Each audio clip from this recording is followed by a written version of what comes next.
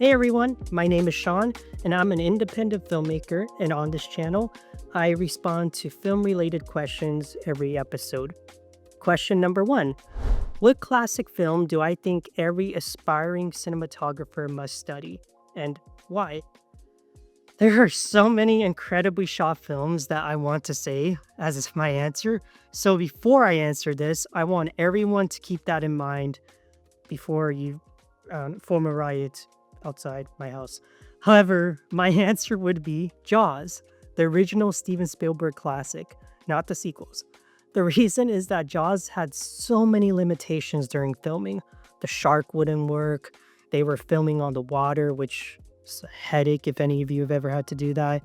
Steven Spielberg was a relatively fresh director at that point. He had done Duel and Sugarland Express, but the films that solidified him as a legend in the filmmaking industry were still ahead of him. With all that said, and with all that in mind, Jaws is incredibly shot. It uses Spielberg's iconic long takes and blocking. In addition, there's some pretty creative cinematography choices in Jaws. There's a vertigo shot, there's a shot using a split diopter, there's underwater cinematography, there's low angle as well as high angle footage, and there are many exterior beach shots that are filmed on non-overcast days, which if you're a cinematographer, you know the challenge of that. There's also nighttime cinematography on the water, mind you. Point of view shots are used extremely well and often in Jaws. On top of that, Jaws uses little to no post-production effects. I believe pretty much everything that you see in the film was captured on set, with the possible exception of the shooting star, which I've heard different accounts about. Either way, my point is that every cinematographer should study Jaws because the film is an excellent example of how to do an iconic work when your hands are tied as a director of photography. Anybody who has shot a film or has been on sets knows you're always running into limitations. You will always be fighting the never ending battle between time, budget, vision. So I say study a film that used those limitations to its advantage.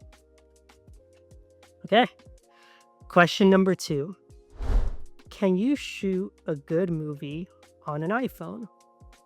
Of course. Yeah, they had the short answer is absolutely you can shoot a good movie on an iPhone. You can make a good movie with a $20 point and shoot camera. I don't have one on me. I looked around as if I had one on me. Yeah, you found at your local flea market. You can shoot something with that.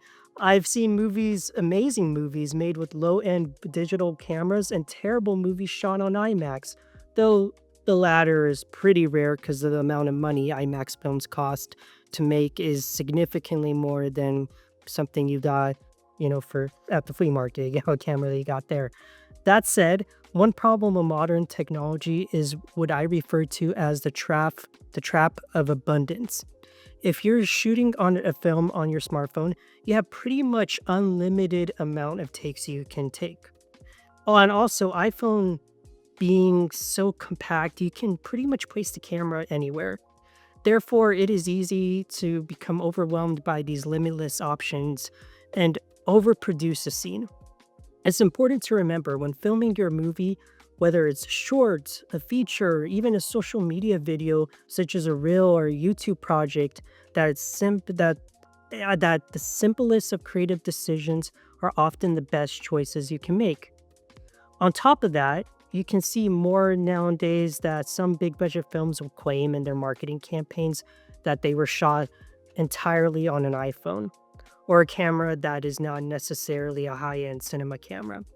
Just know that while these claims are usually true, they most likely have so many accessories on these cameras, on these iPhones, that they might as well be cinema cameras.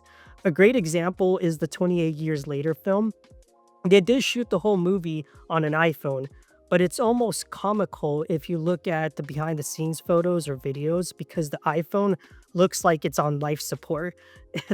There's specialty lenses, filters, and rigs attached to it. And on top of it, I know there's some apps that, you can download to enhance and have more control of the iPhone's camera. So take all those marketing statements with a slight grain of salt.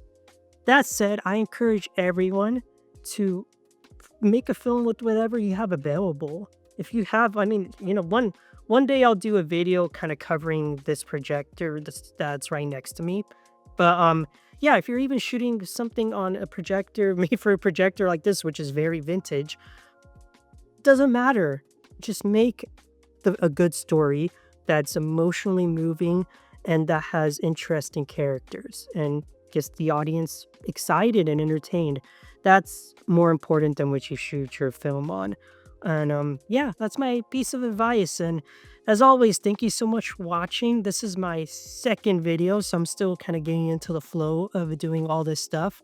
So I please, shoot me a like, subscribe, follow my account and everything. And yeah, stay tuned. We do this every week. So yeah, keep up with the good work, and thank you so much for watching and have a great day.